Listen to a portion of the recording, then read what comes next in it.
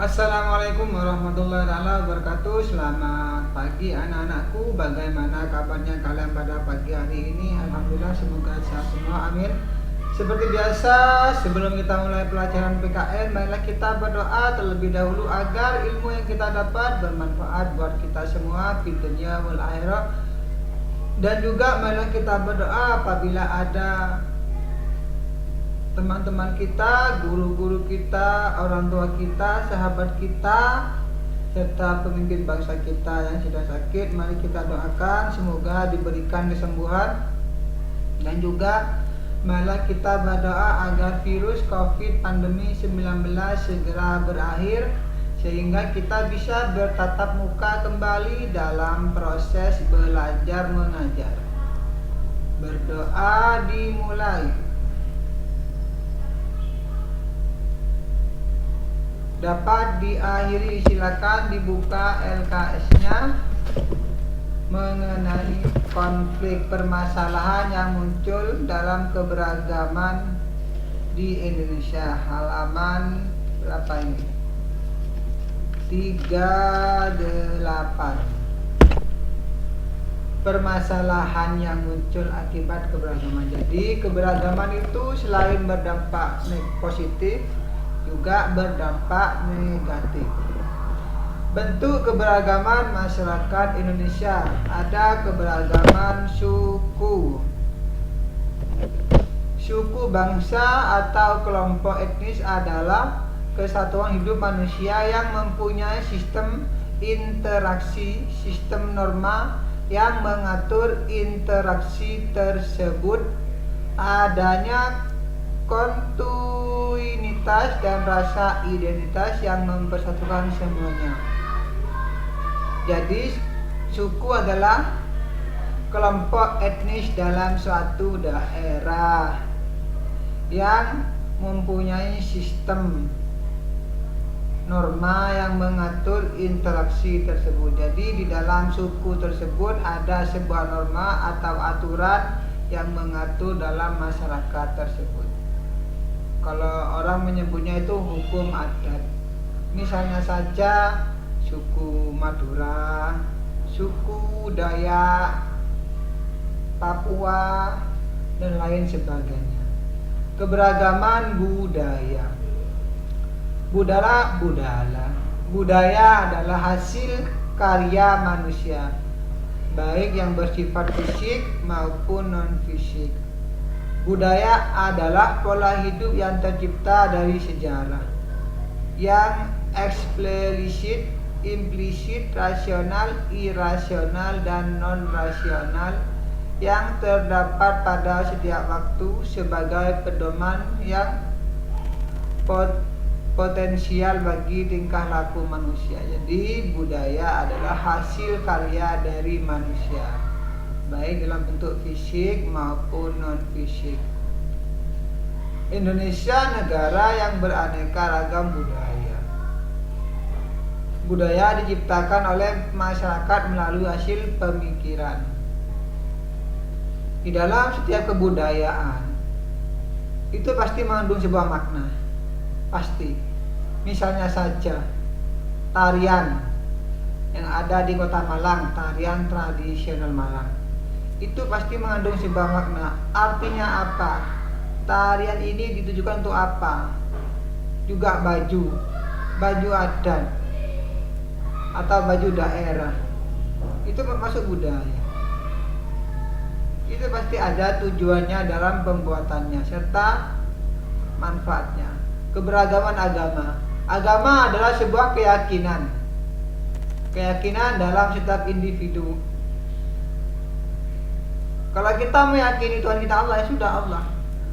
Kalau kita meyakini Tuhan kita Yesus, ya sudah Yesus, gitu aja. Bagi mereka yang menganut agamanya. Ada 6 agama yang diakui oleh pemerintah. Ada 6 agama yang diakui oleh pemerintah. Masing-masing agama mempunyai kitab, mempunyai kepercayaan atau Tuhan yang diyakini.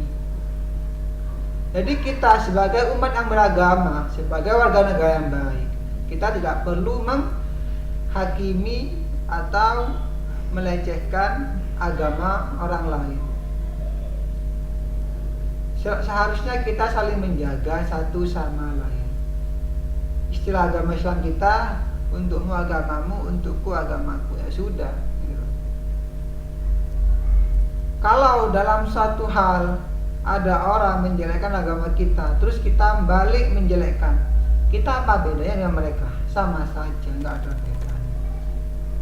Islam mengajarkan sebuah kebaikan, agama lain juga mengajarkan sebuah kebaikan. Kalau misalnya nanti kita atau kalian atau orang lain siapapun, teman kalian yang non muslim pindah agama Islam, tidak ada masalah, itu hak mereka. Maupun sebaliknya, teman kalian atau kalian pindah dari Islam ke agama lain, itu tidak ada masalah. Tapi semoga saja kita tetap istiqomah dan yakin mengenai agama kita. Mohon maaf apabila ada suara-suara yang kurang enak, bunyi-bunyian karena di sebelah ada pembangunan. Berikutnya keberagaman ras. Ras berarti golongan bangsa berdasarkan ciri fisik dan rumpun bangsa. Ciri fisik yang umumnya dijadikan dasar untuk mengelompokkan ras antara lain untuk bentuk badan, bentuk muka, bentuk hidung, dan warna kulit. Misalnya saja, ada macam-macam ras, ada ras Mongoloid, Kaukasoid, dan lain sebagainya. Kita masuk yang mana? Tergantung kita lihat ciri fisik kita. Misalnya hidung mancung, rambut lurus, kulit sawo matang. Nah, itu kita masuk ras yang mana? Misalnya rambut keriting, kulit hitam, dan lain sebagainya. Itu masuk ras yang mana? Ada berbagai macam ras. Nanti tak buatkan tugas macam-macam ras, biar kita sama-sama tahu. Keberagaman golongan. Di sini keberagaman golongan dapat diartikan sebagai kelompok masyarakat dengan ciri dan aktivitas tertentu. Beberapa faktor yang digunakan untuk menggolongkan keberagaman masyarakat berikut. Secara administrasi, kependudukan digunakan pembagian 3 golongan, yaitu golongan suku bangsa asli yang berasal dari Indonesia, golongan keturunan asing yang berasal dari daerah luar Indonesia, serta golongan terasing atau golongan kelompok apa ini? Golongan terasing adalah golongan kelompok asli dari Indonesia, namun budaya yang sederhana dan biasanya masih tinggal di daerah pedalaman yang mengisolasi diri. Oh, ya paham.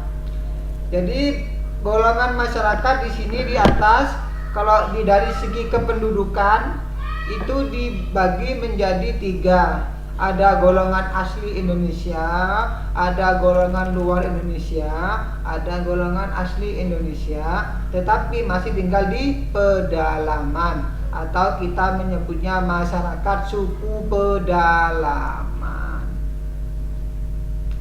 Kalau secara pendidikan dikenal dengan tingkatan SD, SMP, SMA, itu keberagaman golongan dan lain sebagainya. Keberagaman jenis kelamin dan gender. Kita mengakui, Indonesia mengakui 2 jenis kelamin ya, laki-laki dan perempuan. Kalau ada jenis kelamin lain, dalam artian mohon maaf, laki macak perempuan atau perempuan macak laki, itu bukan jenis kelamin ya, melainkan penyakit. Mereka sedang sakit. Kalau sakit harus diobati, seperti itu. Yang sakit apanya? Entah itu fisiknya, hatinya, raganya, dan lain sebagainya. Ada seorang laki-laki yang menjadi perempuan. Kenapa? Saya pernah melihat sebuah berita, membacanya, itu laki-laki itu menjadi perempuan, macak perempuan. Kalau orang sekarang menyebutnya Benny, bencong masa kini, itu dikarenakan dia pernah disakiti oleh mantan pacarnya, sehingga dia tidak mau mendekat lagi sama perempuan, sehingga dia menjadi perempuan. Ada juga karena latar belakang keluarga. Orang tua yang laki pengen anaknya jadi laki-laki, sedangkan anaknya lahir perempuan, sehingga dia macam laki-laki dan menjadi laki-laki, sehingga padahal dirinya adalah perempuan.